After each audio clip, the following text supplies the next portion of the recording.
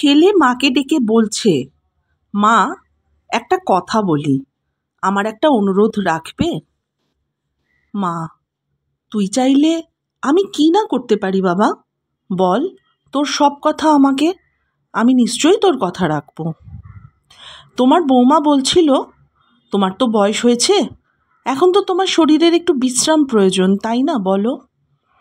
আর এই বাড়িটা তো খুব একটা ভালো না, ছোট ঘুপচি, তোমার কাশিটাও বেড়ে গেছে, আরও ডায়াবেটিস তো আছেই, হার্টের সমস্যা, হাড়ের সমস্যা, আরও কত কত কি। হ্যাঁ রে, মনে হয় আর বেশি দিন আমি বাঁচব না বাবা। আহ, থামো তো মা, তোমার সব সময় সেই একই কথা। দেখো, এর বাইরেও কিছু কথা থাকতে পারে। আচ্ছা, আমাকে তাহলে তুই গ্রামের বাড়িতেই রেখে আয় না। না, ওই যে বৃদ্ধাশ্রমের স্পেশাল ব্রাঞ্চে ভর্তি করালে কেমন হয়? এটাই বলছিল তোমার বৌমা। ওখানে অনেকে থাকবে তোমার মতোই, তাদের সাথে গল্পগুজব করতে পারবে। এ বাড়িতে তো সেরকম কেউ নেই তোমার এক বয়সী।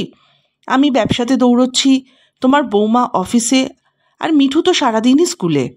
ওখানে তুমি আরামেই থাকবে মা, এটাই আমাদের অনুরোধ ছিল। আচ্ছা, তুই চাইলে তাই হবে। থ্যাঙ্কস মা। আচ্ছা, কালকে বিকেলে কিন্তু তাহলে তুমি ওখানে যাচ্ছ, তোমার ব্যাগ গুছিয়ে রাখবে। হ্যাঁ। পরের দিন অস্বস্তিকর জ্যামে আটকে আছে মা আর ছেলে। নীরবতা ভাঙলেন মা। বাবা, ওখানে আমাকে দেখতে যাবি তো? পারলে একটা ফোন কিনে দিস আমাকে।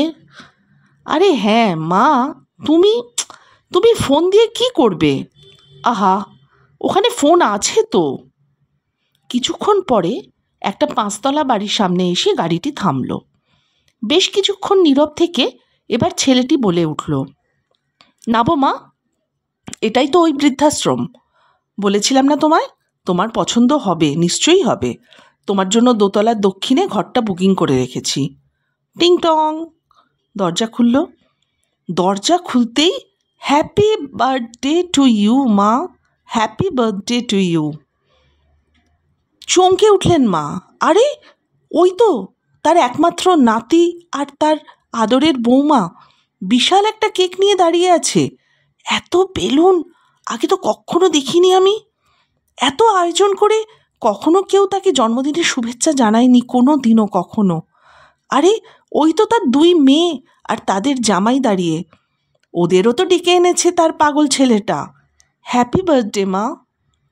মা ততক্ষণে বলছে, তুই অনেক বড় হয়ে গেছিস বাবা। মায়ের কণ্ঠ ভেজা, চোখে জল।